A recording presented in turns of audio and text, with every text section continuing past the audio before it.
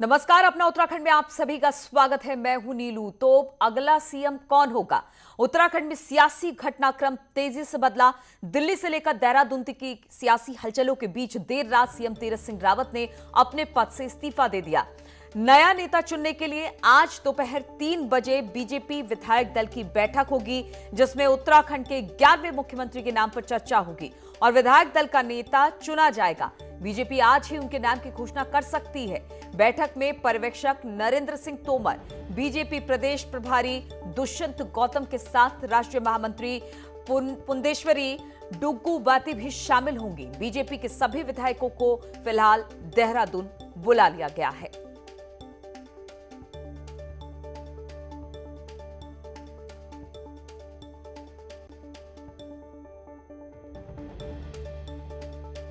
जो चुनाव आयोग के कारण 151, 164 धारा के अंतर्गत जो एक संवैधानिक संकट था और उस संवैधानिक संकट के कारण उन स्थितियों को देखते हुए, मद्देनजर रखते हुए मैंने अपना इस्तीफा मुख्यमंत्री पद से देना उचित समझा। क्योंकि अगर सामान्य परिस्थिति होती, चुनाव आयोग की वो पत्र आप पढ़िए जिसमें उन्होंने कोविड को हवाला देकर कहा कि इस समय हम चुनाव कराने की स्थिति में नहीं है। यदि कोविड की परिस्थिति इस रूप में ना होती तो संभवतः चुनाव आयोग चुनाव कराता। तो ऐसी परिस्थिति हुई। हम लोग इस प्रकार का कहीं ना कहीं मन में एक पूरी व्यवस्था रखते हैं कि जो संवैधानिक हमारी दूसरी संस्था है, उस संस्था ने यदि कोई निर्णय लिया तो उसका अनुपालन होना चाहिए। मुख्यमंत्री जी ने स्वयं जाकर आज इस्तीफा दे दिया है। की 164 की जानकारी थी तो सर फिर चूक कहाँ हुई है? कोविड आने के कारण परिस्थिति बदली है। चुनाव आयोग ने कोविड के कारण कहा कि अब हम चुनाव नहीं करा पाएंगे। वैसी परिस्थितियों में, क्योंकि ऐसी परिस्थितियों में चुनाव कई बार हुआ है देश के अंदर, लेकिन जब परिस्थिति कोविड की हो जिसके कारण ये निर्णय हुआ है, तो तब हम लोगों ने भी उचित समझा कि हम एक संवैधानिक संस्थान ने जो निर्णय लिया है उसका पालन करें, और इस प्रकार मुख्यमंत्री ने आज इस्तीफा दे दिया। विधानमंडल दल से विधायकों में से होगा। सर, शनिवार की पूरी प्रक्रिया क्या रहेगी? कब पर्यवेक्षक आएंगे? कब पर्यवेक्षक सुबह आएंगे 9 बजे, 9 साढ़े 9 बजे तक आएंगे। प्रभारी जी भी साथ आएंगे। कौन आपके साथ मीटिंग कब है? एक मिनट करने दो। प्रभारी जी 9 बजे आएंगे, साढ़े 9 बजे के लगभग प्रभारी आएंगे। उसके बाद हम लोग बैठेंगे। 3 बजे विधानमंडल की बैठक में हम नेता का चयन करेंगे। शपथ ग्रहण उसके बाद तोमर जी आ रहे, हमारे कृषि मंत्री। सर, शपथ ग्रहण भी कल ही हो सकता है? वो अब उसके बाद बताऊंगा, 3 बजे के बाद। तो दिल्ली से लेकर देहरादून तक सियासी हलचल देखने को मिल रही है। इस वक्त दीपांकर हमारे साथ जुड़ गए हैं और उनके साथ बिशन सिंह चुफाल भी हैं, जो कि मुख्यमंत्री का चेहरा हो सकते हैं। कयास इस तरह के लगाए जा रहे हैं। दीपांकर, किस तरह की सियासी हलचल, चूंकि बिशन सिंह चुफाल आपके साथ हैं, तो जरा जानने की इनसे कोशिश करिए कि 2 मुख्यमंत्री बदल लिया गया है, तीसरे के नाम की घोषणा होनी है, कौन होगा वो मुख्यमंत्री? बिल्कुल नीरू, इस वक्त उत्तराखंड में सरगर्मी इसी बात को लेकर तेज है कि उत्तराखंड में अगला मुख्यमंत्री कौन होगा और बीजेपी की इस सरकार में तीसरा मुख्यमंत्री कौन होगा। मेरे साथ इस वक्त सीनियर लीडर बीजेपी के बिशन सिंह चुफाल है, प्रदेश अध्यक्ष रह चुके हैं, 5 बार डीडी हाट से विधायक रह चुके हैं, 5वीं बार उनका ये टर्म है। और माना यह जा रहा है कि अगर कुमाऊं फैक्टर पर बीजेपी जाती है, अगर जातिगत समीकरण पर बीजेपी जाती है, तो ठाकुर जाति से आते हैं बिशन सिंह चुफाल, तो उस समीकरण में उनका नाम बिल्कुल फिट बैठता है, क्योंकि प्रदेश अध्यक्ष मदन कौशिक और हरिद्वार से ब्राह्मण जाति से आते हैं। बिशन सिंह चुफाल जी से बात करते हैं। सर, पहले तो इस बात की चर्चा बहुत तेज है कि बिशन सिंह चुफाल इस वक्त मुख्यमंत्री की रेस में। चलो, आपका धन्यवाद, क्योंकि तय होना है विधानमंडल दल में। 3 बजे भारतीय जनता पार्टी कार्यालय में विधानमंडल दल की बैठक बुलाई है, जिसमें पर्यवेक्षक के रूप में केंद्रीय नेतृत्व उपस्थित रहेगा। उसमें तय होगा कि भाई विधानमंडल दल का नेता कौन होगा। सारे माननीय विधायकों के बीच से में तय होगा। अगर जिम्मेदारी मिलती है तो आप जिम्मेदारी के लिए बिल्कुल तैयार हैं? बिल्कुल, पार्टी का मैं कार्यकर्ता हूँ। मुझे जो जिम्मेदारी दी है मैंने उसमें काम कर रखा है। मुझे अपने राजनीतिक जीवन में 43 साल का जो राजनीतिक जीवन है, मैंने ग्राम प्रधान से लेकर ब्लॉक प्रमुख तक पर गया, और संगठन में मुझे मंडल से लेकर जिले से प्रदेश तक की जिम्मेदारी दी। मैंने अपना काम निर्वहन किया। आप मानते हैं कि समीकरणों ध्यान में रखेगी बीजेपी, क्योंकि आप तो खुद प्रदेश अध्यक्ष भी रह चुके हैं और 2 कैबिनेट मिनिस्टर रह चुके हैं लगातार सरकारों में। आप मानते हैं कि कुमाऊं का समीकरण, गढ़वाल का जातिगत क्षेत्रीय समीकरण ये रखेगी ध्यान में? बिल्कुल, राजनीतिक किसी भी पार्टी को क्षेत्रीय संतुलन, जहाँ तो उत्तराखंड की बात करता हूँ, यहाँ की विषम भौगोलिक परिस्थिति है, यहाँ बटा है, कुमाऊं क्षेत्र बटा है और गढ़वाल क्षेत्र बटा है, मैदानी क्षेत्र बटा है। तो जाति समीकरण और क्षेत्रीय संतुलन से ही पार्टी का संगठन में काम करते हैं। हर कोई भी पार्टी, राजनीतिक पार्टियां जो होगा उसमें क्षेत्रीय संतुलन और जाति समीकरण होता है। लगातार 2 मुख्यमंत्री बदल दिए बीजेपी ने। आपको क्या लगता है कि इसका मैसेज खराब हुआ है जनता में, या जनता एक्सेप्ट कर लेगी कि हाँ भाई बीजेपी जो कर रही है सही कर रही है? भारतीय जनता पार्टी जो कर रही है 2022 को लेकर काम कर रही है। मुख्यमंत्री बदले हैं तो भारतीय जनता पार्टी के तो मुख्यमंत्री थे, वो किसी और पार्टी के मुख्यमंत्री नहीं है।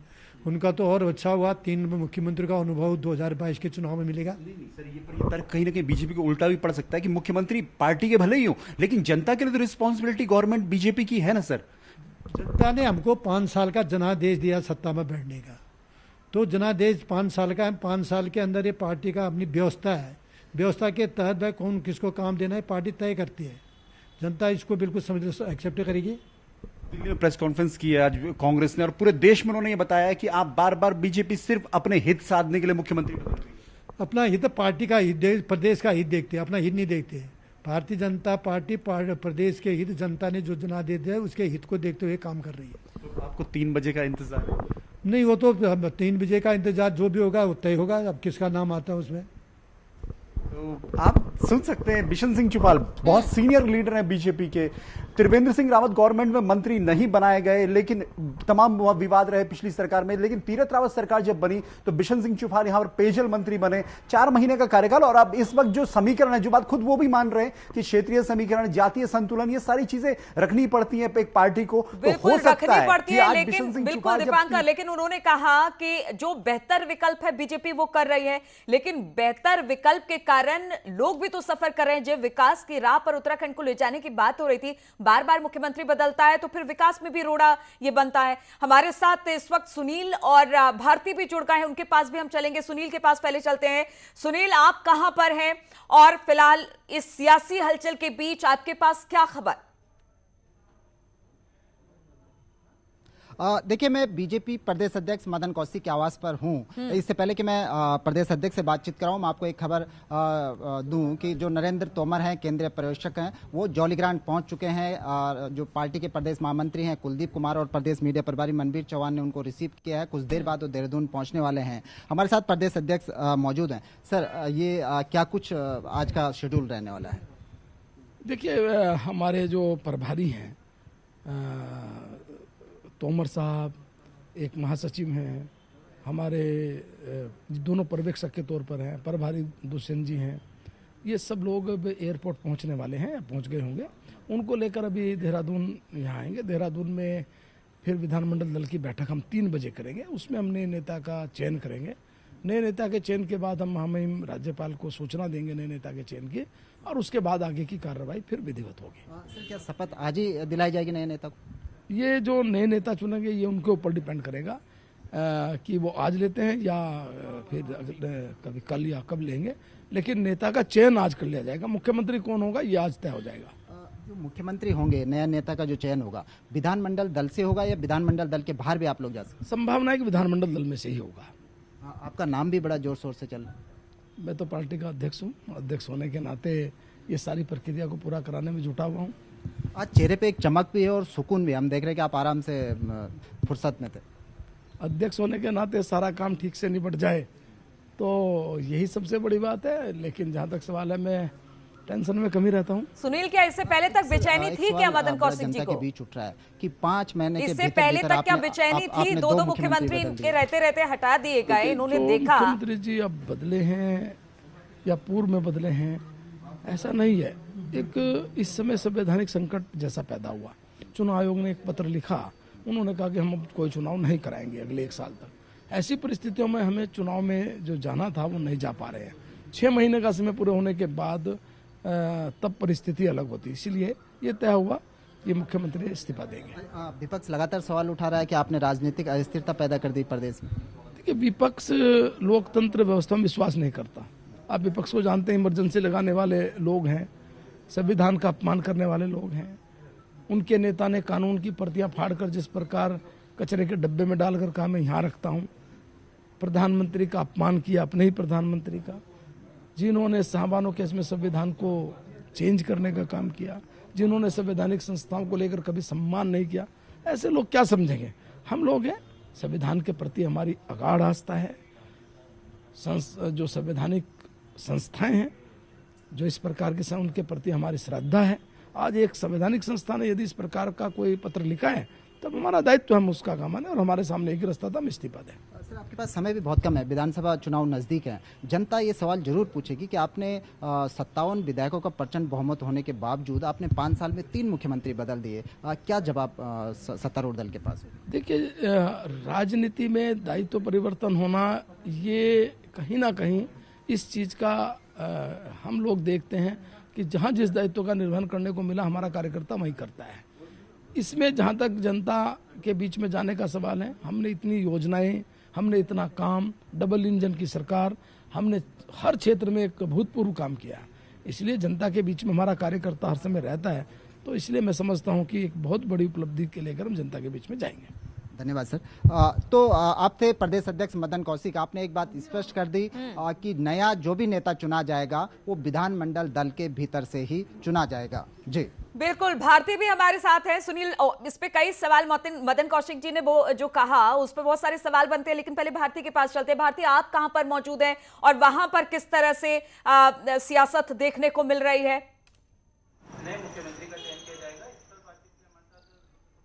नीलू, इस वक्त मैं एमएलए हॉस्टल में मौजूद हूँ। सबसे पहले तो तस्वीर दिखा देती हूँ। पूरे एमएलए हॉस्टल में आप देखिए सन्नाटा इस वक्त पसरा हुआ है। सिर्फ एक एमएलए यहाँ पर इस वक्त मौजूद है। रुद्रपुर के विधायक जो है वो यहाँ पर इस वक्त मौजूद हैं, और यहाँ पर उनसे जब मैंने बात की तो वो भी ये बात यहाँ पर कह रहे हैं कि अभी जो है 3 बजे सभी विधायक यहाँ पर आना शुरू हो जाएंगे। अभी बात भी करेंगे हम उनसे और बताएंगे कि वो क्या कुछ सोचते हैं। लेकिन पहले सबसे पहले तस्वीर देख लीजिए एमएलए हॉस्टल की, किस तरीके से यहाँ पर सन्नाटा जो है वो पूरा पसरा हुआ है। थोड़ी देर में यहाँ पर विधायकों के आने का सिलसिला शुरू हो जाएगा, क्योंकि अभी जो रुद्रपुर के विधायक है उन्होंने ये बात कही है कि उनकी डिस्कशंस हो गए हैं, बाकी विधायकों से भी बातचीत जो है वो लगातार चल रही है। और 3 बजे की मीटिंग से पहले ये लोग आपस में भी यहाँ पर राय शुमारी करने वाले हैं। लेकिन फिलहाल जो है क्या मत होने वाला है वो भी अभी हम यहाँ पर सुनाएंगे आपको। लेकिन एक सबसे बड़ा सवाल यही है कि आप देखिए किस तरीके से जो है संवैधानिक संकट का हवाला देते हुए यहाँ पर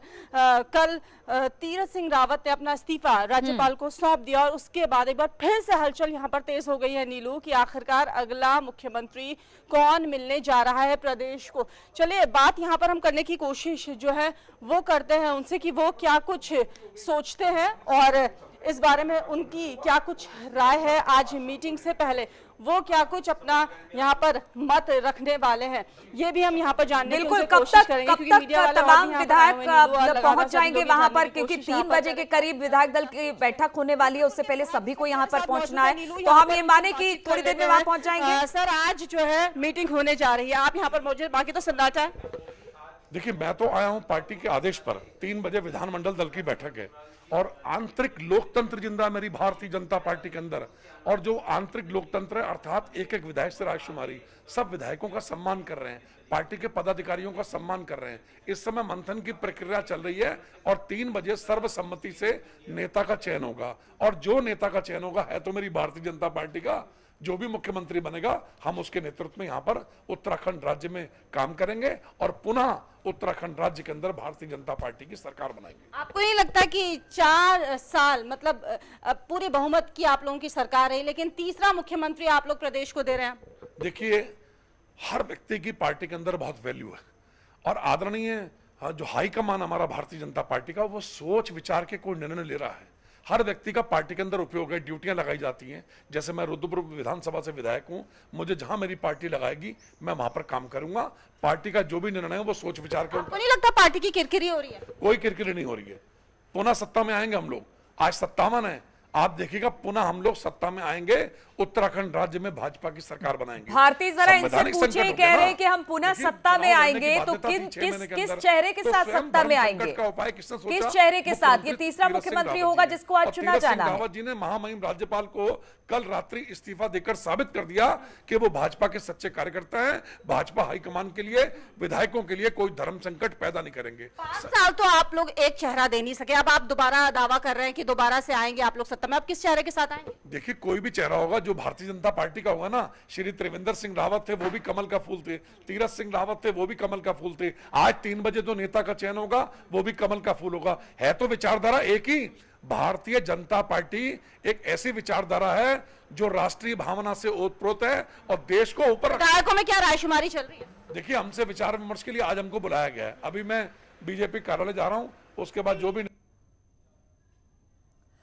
सुनील भी हमारे साथ जुड़े हुए हैं। सुनील, जिस तरह से कह रहे थे कि ठीक है 2 मुख्यमंत्री चेंज हो गए, एक और चेंज हो रहा है, सभी काम कर रहे हैं और सभी को मौका मिल रहा है, लेकिन ये मौका जो है वो उत्तराखंड के लोगों ने एक व्यक्ति को दी थी, पार्टी को दी थी, पूरे बहुमत के साथ दी थी और बहुत भरोसे के साथ दी थी। ऐसे में तीसरा मुख्यमंत्री चुनाव बहुत जल्द होना है, तो किसके चेहरे पर चुनाव लड़ा जाएगा? या फिर इस बार चेहरा कोई नहीं होगा, मोदी जी फिर से एक बार पोस्टर बॉय की भूमिका में नजर आएंगे उत्तराखंड चुनाव में? बिल्कुल नीलू, ये बात लगती भी है क्योंकि मुख्यमंत्री किसी भी पार्टी का चेहरा होता है। जब जो तीसरा मुख्यमंत्री भी चुना जाएगा वो बीजेपी का चेहरा होगा, लेकिन बीजेपी किन किन चेहरों को लेकर मैदान में जाएगी? त्रिवेंद्र सिंह रावत के चेहरे को लेकर, तीरथ सिंह रावत के चेहरे को लेकर, या जो नया मुख्यमंत्री चुना जाएगा उस चेहरे को लेकर। ये कहीं ना कहीं उत्तराखंड की जनता के लिए एक बड़ा आघात भी है। पार्टी के लिए भले ही ये संवैधानिक संकट की बात कही जा रही हो, लेकिन उत्तराखंड की जनता के लिए अपने आप में बड़ा आघात है कि उसने 57 विधायकों के मैंडेट के साथ, एक प्रचंड बहुमत के साथ, जो उत्तराखंड के इतिहास में पिछले 2 दशक में किसी भी पार्टी को नहीं मिला, पहली बार बीजेपी पे जनता ने इतना भारी मत विश्वास जताया और उसके विश्वास का परिणाम जनता को ये देखने को मिल रहा है कि आपको 5 साल के भीतर 2 मुख्यमंत्री बदलने पड़े, जनता को तीसरे मुख्यमंत्री को देखना पड़ा। तो कहीं ना कहीं ये बीजेपी के लिए चैलेंज है और बीजेपी के साथ साथ जो तीसरा मुख्यमंत्री पार्टी का यहाँ पर बनेगा उसके लिए भी एक बड़ा चैलेंज है कि वो किस तरह से आगे का रोड मैप बनाएगा, किस तरह से जनता की भावनाओं पर खरा उतरेगा। क्योंकि पिछले जो 2 कार्यकाल रहे हैं, चाहे त्रिवेंद्र सिंह रावत की बात करें जिन्होंने